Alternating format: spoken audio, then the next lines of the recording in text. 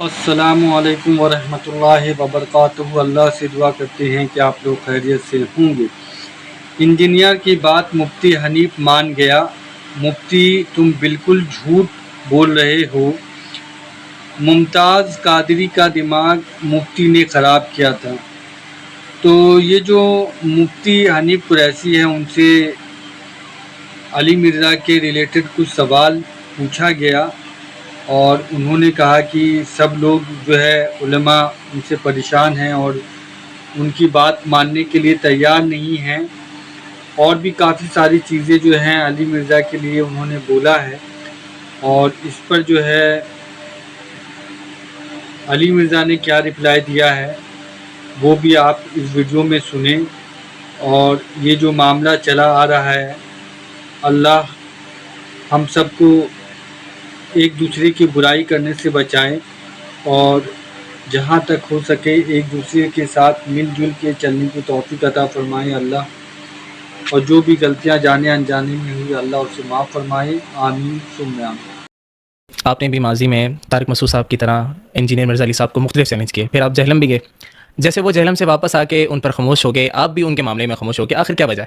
دیکھیں، خاموش کا مسئلہ نہیں ہے، بات یہ ہے کہ ایک آدمی کی ہٹ دھرمی پوری قوم کے سامنے واضح ہو چکی ہے۔ یعنی ایک مسئلے پر میں نے بھی اور ہمارے دیگر علماء نے بھی اس کو 10 مرتبہ نہیں بلکہ 100 مرتبہ جواب دیے ہیں۔ وہ پھر ہر نئی ویڈیو بناتا ہے، اس میں کہتا ہے جی مجھے اس کا جواب نہیں ملا، مجھے اس کا جواب نہیں ملا۔ اب اس کا حل کیا ہے؟ تو میرے خیال میں قوم اس حوالے سے کافی ان کے سامنے آ چکا، اور پچھلے دنوں تو جو مرزا جہلمی صاحب نے ایک اپنا آخری جو ان کا بیانیہ اس حوالے سے آیا تھا وہ تو پھنس گئے۔ ان سے کہا گیا جی کہ اگر یہ واقعی آپ کی نظر میں جو گستاخیاں ہیں تو آپ ان کو گستاخ کیوں نہیں کہتے ہیں؟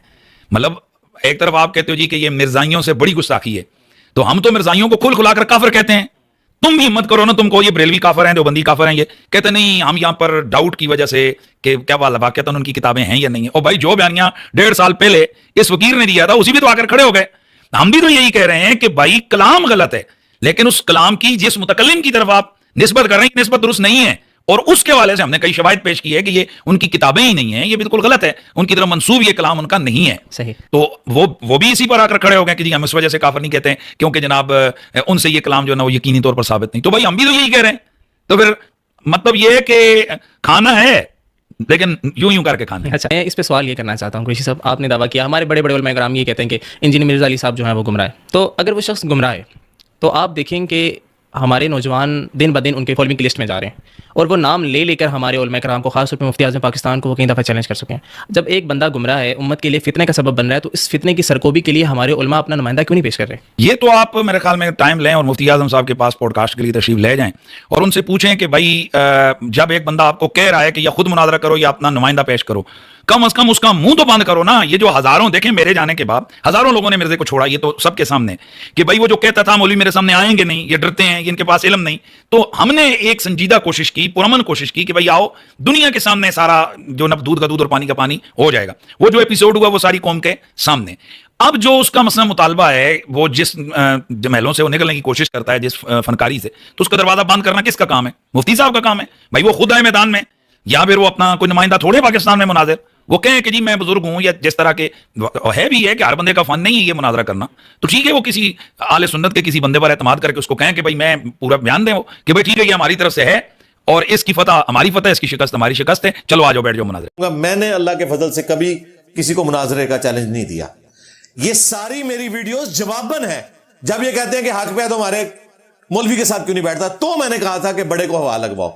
لیکن یہ اتنے بےمان ہیں، ہر دفعہ بیٹھتے ہیں نا، جو بھی مولوی نیا آتا ہے کہتا ہے دیکھو جی ہمارے بزرگوں کو یہ چیلنج کرتا ہے کہ جی نکالو، ہوا لگواؤ، بدتمیزی سے بات کرتا ہے تو ہم یہ اس کو دیکھ لیں گے، یہ ہم سے بیٹھے۔ او بھائی میں نہیں کہتا، مجھے کوئی شوق ہے، تمہارے مفتی منیب الرحمان صاحب ہوں یا مفتی تقی عثمانی صاحب ہوں، اور یار ان کی ویڈیوز بھی کوئی 2500 3000 4000 بندہ دیکھتا ہے۔ مجھے کیا تکلیف ہے کہ میں انہیں بھی فیم دوں، لیکن چونکہ تم نے ان کو بڑا مانا ہوا ہے اور تم کہتے ہو کہ بڑے کے ساتھ بیٹھو، تو میں نے یہ بات کی تھی۔ مجھے تو کوئی شوق نہیں بیٹھنے کا۔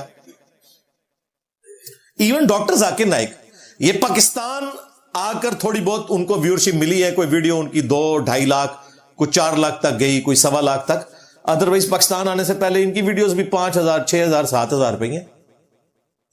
اور وہ ڈاکٹر صاحب کہہ رہے تھے یوٹیوب نے میرے اوپر بلاک کیا ہوا ہے اور پابندی لگائی ہوئی ہے، اس وجہ سے ہو رہا تھا۔